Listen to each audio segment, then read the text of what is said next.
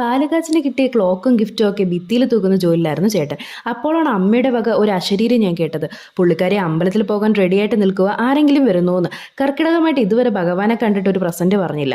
കിട്ടിയ അവസരം മുതലാക്കി ഞാൻ ഓടി. പിന്നെ അങ്ങോട്ട് CID മൂസയിലെ ബിന്ദു പണിക്കർ പറയുന്നുള്ളൂ, ദൈവമേ എൻ്റെ മിക്സി TV ഞാൻ എന്തൊക്കെയാണ് എടുക്കേണ്ടത്. കയ്യിൽ കിട്ടിയതൊക്കെ വാരിക്കൂട്ടി ഞങ്ങൾ ഇറങ്ങി. അനിയൻ്റെ ബൈക്കിൻ്റെ കീയാണ് കൺഫ്യൂഷനിൽ ഞാൻ എടുത്തുകൊണ്ട് പോയത്, ഒരുമാതിരി വെകിളി പിടിച്ച പിള്ളേരെ പോലെ. അങ്ങനെ ഞങ്ങൾ അമ്പലത്തിലേക്ക് ഇറങ്ങി. വരുന്ന വഴി നല്ല മഴയുണ്ടായിരുന്നു, അപ്പോൾ ട്രെയിൻ കോട്ട് രക്ഷിച്ചു. നമ്മൾ വന്നത് തൃക്കടവൂരപ്പൻ്റെ മണ്ണിലാണ് കേട്ടോ, നമ്മുടെ രാജൂട്ടൻ്റെ കടവൂരപ്പൻ. നല്ല മഴയായതുകൊണ്ട് അമ്പലത്തിനൊരു പ്രത്യേക ഭംഗി.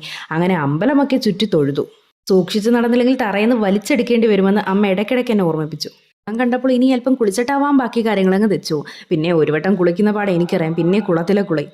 പിന്നെ ഇങ്ങനെ വിളക്കിനും കാര്യത്തിനൊക്കെ പോകുമ്പോൾ നമ്മുടെ കുടുംബക്കാരെ മിക്കവരും അവിടെ കാണാം. കാരണം ഞങ്ങൾ കുടുംബത്തോടെ അമ്പലം വിഴുങ്ങി അമ്പലവിശ്വാസികളാണല്ലോ. അങ്ങനെ ശാലിനിമാമിയും അമ്മയും കത്തിയടിച്ച് സെറ്റായി. ഞാനും തെച്ചു മണ്ഡപത്തിലിരുന്ന് അവരെ വീക്ഷിച്ചു കൊണ്ടിരുന്നു. മഴയായതുകൊണ്ട് കുറച്ച് ആളുകളെ ഇത്തവണ വന്നോളൂ.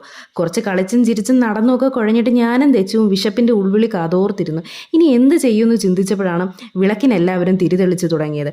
അങ്ങനെ അത് കഴിഞ്ഞതും ബാലൻസ് വന്ന പഴം ദച്ചുവിന് ഓരോരുത്തരായി കൊടുത്തു തുടങ്ങി. ദച്ചുവിന് കിട്ടിയാൽ പിന്നെ അത് എനിക്കും കൂടിയാണല്ലോ. മാമുണ്ടുന്നത് എങ്ങനെയാണെന്ന് മാമൻ കാണിച്ചു തരാം എന്ന വ്യാജന പഴമെല്ലാം ഞാൻ അകത്താക്കി. പിന്നെ ഈ ഇരിക്കുന്ന പയ്യനാണ് ഞങ്ങൾ ഇപ്പോൾ എടുക്കുന്ന എല്ലാ വീഡിയോ എടുക്കാൻ സഹായിച്ചത്.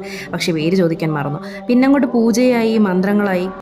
ഞങ്ങളാണെങ്കിൽ പഴം തിന്നിട്ട് വീണ്ടും ഉഷാറായിട്ട് വീഡിയോസും ഫോട്ടോസും എടുക്കാൻ തുടങ്ങി. അങ്ങനെ പരിപാടികളെല്ലാം കഴിഞ്ഞ് ഇറങ്ങിയപ്പോൾ രാജൂട്ടിനെ കണ്ടിട്ട് പോകാമെന്ന് കരുതി. അപ്പോൾ അവിടെ ചെന്നപ്പോൾ പുള്ളിക്കാരനെ കാണാൻ കിട്ടുന്നതേയില്ല, ഭയങ്കര തിരക്ക്. പിന്നെ വൈകാതെ വണ്ടി എടുത്ത് വീട്ടിലേക്ക് തിരിച്ചു വന്നു. ഈ ഡ്രസ്സ് മാറി ടേബിളിൽ നോക്കിയപ്പോഴാണ് ഒരു പൊതി കണ്ടിട്ട് കാര്യമായിട്ട് എന്തൊക്കെയോ ഉണ്ടെന്ന് മനസ്സിലാക്കി ഞാൻ അപ്പോഴേ പൊതി തുറന്നു നോക്കി. കുരങ്ങ കോയിൻ്റെ മണം. അങ്ങനെ 2 പൊറോട്ടയും ഒരു ഇടിയപ്പവും ചിക്കനും എല്ലാം ഒതുക്കി തീർക്കുന്നത്. പേടിക്കുന്ന സ്വപ്നം കാണല്ലേ ഭഗവാനെ എന്ന് പ്രാർത്ഥിച്ച് ഉറക്കമായി. പക്ഷെ എന്നാലും സ്വപ്നത്തിൽ ഇപ്പോഴും യക്ഷി വരും, ഉറപ്പാ. എൻ്റെ വിധി. ഓടി ഓടി ഞാൻ കുഴയും, അല്ല പിന്നെ എന്ത് ചെയ്യാൻ. Okay, good night.